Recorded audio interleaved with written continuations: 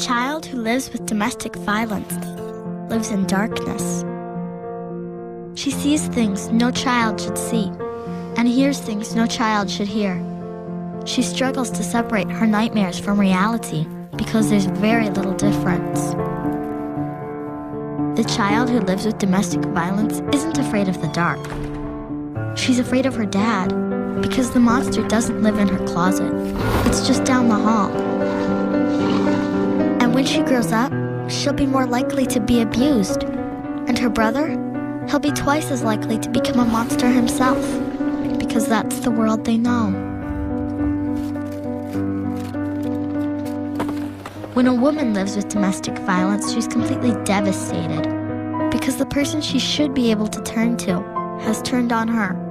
And she thought he'd change once they got married, had a child, or when he got a better job. But he never did. And she's tried to make things better, but she can't make him stop. So when she locks the door at night, she's not keeping danger out, she's keeping it in.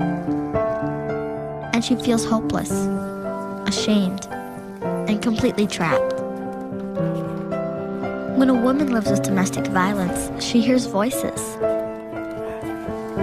And she feels completely alone. But she's not the only one. Maybe you don't live with domestic violence. Maybe you don't wake up every day shaking or jump every time the phone rings.